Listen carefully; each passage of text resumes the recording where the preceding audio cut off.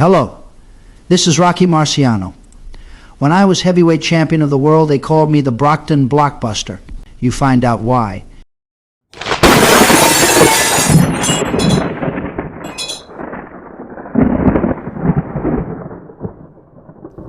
Hi guys, welcome to the Rocky Marciano archives. This following presentation is titled Marciano.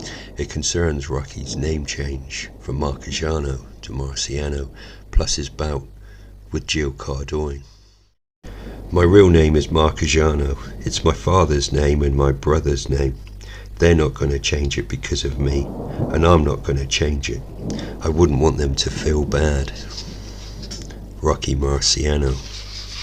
Today, however, the immediate male family members ply their trades under the name Marciano, all except for his son Rocky Kevin, who proudly carries the family name of Marchegiano still.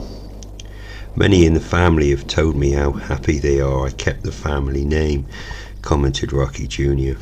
Of course, a few said I should change it so as to take advantage of the name Marciano. I always felt my father could have given me the name, but chose to give me the name Marchegiano, so I felt it would be disrespectful to change it. It was not unusual, however, for those who aspired towards fame to change their names. Actors and athletes alike were quick to rid themselves of a name that failed to elicit certain responses from a public keen to associate a certain personality to their chosen star. Image was everything. There were some fighters whose names were just too complicated for the ring announcer, press and fan to get their mouths around. Thus, featherweight Willie Papello became Willie Pep, Stanislaw Kiko became Stanley Ketchel, and Rocco Marciano became Rocky Marciano. For months now, the pronunciation of Marchegiano had been causing chaos for those with the task of introducing him at Providence.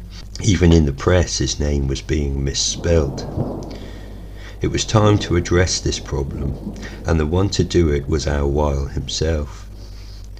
After the victory over Hardeman, Rocky had been summoned to see Weil at his Broadway office. The reason for the summons had to do with the fact that Al had been asked by his associate, Goldie Ahern, to supply a fighter to help fill the card at a show in Washington. The event had been postponed due to a split lip suffered by one of the headlining protagonists. This caused a ripple through the field of boxers lined up to fight, leading some to withdraw entirely, thereby leaving a gap that needed to be filled. The ever-ticking brain of Weil kicked into gear, seeing this as an opportunity to show off his Brockton fighter, who was knocking over opponents like bowling pins. This was to be the first bout involving Rocky that Al had been directly involved with. It was a leap of faith on his part, for up until now he had not seen Marchegiano in action since that day against Chansey some 3 months earlier. All his knowledge was passed down by Goldman. Yet Weil had built his reputation on taking the occasional risk, even if those risks were calculated, and he was taking one now. Once the New York manager was in complete control, he recognized immediately the importance of giving his charge a pronounceable name. Rocky was fine, but that last name had to be modified. Several were muted, amongst them Mac re-emerged but was quickly knocked back, as was Weil's suggestion of March. If he had to change his name, then Rocky wanted to keep the Italian flavour. He was proud of his heritage and was rueful of having to assume a name that would not allude to his origin. However, for Marchegiano at least, his manager made a fortuitous call to Manny Almeida. Weil called me and said he wanted to change Rocky's name. I couldn't believe it. I told him, "Are you crazy? This guy's a sensation down here under the name Marciano. What's the matter with that?" The announcer down here, Harold Warman, had been dropping the heck out of his name for a couple of fights, so that's how his name came about. In fact, the name Rocky Marciano had first been seen, in print at least, on the morning of January 17th, 1947, in reference to the amateur bout the night before with Jim Connolly. The name appeared again in the Providence Journal the day after his first official professional fight against Balazarian, before changing back to some mangled form of Marchegiano as the article progressed. On the outside it was a suggestion that suited everybody, yet later the now Marciano would be fuming. He was worried what his father would say when he discovered the change.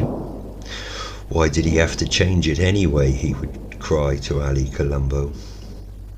Eventually, however, he would calm down, especially when his father understood, even growing to like the name, yet never changing it officially. Even near the end of his life, he still signed checks and contracts under the name of Marchegiano. On Thursday, September 30th, Rocky Marciano found himself in Washington.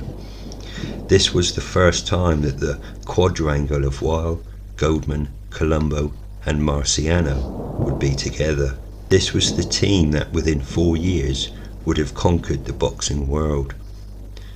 The headline act that night at the Uline Arena, an indoor venue which was reminiscent of an old, oversized airplane hangar which had been chosen due to the threat of a storm brewing on the horizon, was a bout between Sonny Boy West and Maxie Shapiro. It was Shapiro who caused the previous cancellation.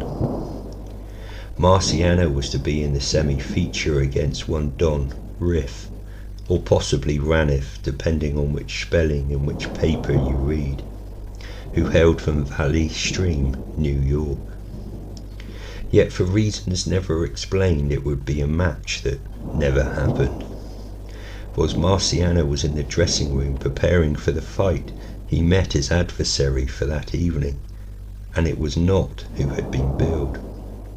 Riff had pulled out at the last minute, his place taken instead by a sad-faced Puerto Rican, Jill Cardone, sometimes spelt Cardone. As the pair dressed themselves for battle and awaited the call, they broke into conversation. Remembered Rocky. The poor guy had nothing. His father was sick and he had 4 brothers and sisters. He had a job and he was fighting on the side. He only fought when he needed the money. I felt sorry for him. His feelings, however, did not seem to temper his performance when the bell rang. Before the eyes of Weil, who proved a disruptive influence by constantly screaming at Rocky from ringside, a common theme that would be carried forward, Marciano displayed the ferocious power of his fists when, after a mere 36 seconds, he exploded a left uppercut to Cardone's chin and levelled him. But there was no quick exit this time for Rocky. When he looked over at Cardone's unmoving form, a sudden fear swept over him. As Colombo explained, it was the first time I got frightened and felt that the man may have been badly hurt. Jill lay unconscious for almost 10 minutes while he was attended to by his handlers and ringside physician. When Cardone finally began to move his head and legs, I felt a shiver rush through me, continued Colombo. We were both standing beside him. Rocky refused to leave the ring until they brought him back to full consciousness. For Rocky, this was a frightening presage of what was to come. For a while, it was a vindication of his risk. Fortunately for Cardone, he felt no lasting effects from the unconditional knockout. In fact, he would keep fighting sporadically for several years. One of the cornerstones of professional boxing, ready to take a fight at the drop of a hat, never chasing the big time, content merely for the chance to add to his own meagre income. Marciano had received his highest purse to date, some $200 for this bout. Sure, it wasn't Madison Square Garden money where he could earn upwards of $6,000, but it was going in the right direction. At this exact moment, however, The direction he was heading in led him straight back to Providence. Thank you for listening. I hope you got something out of it.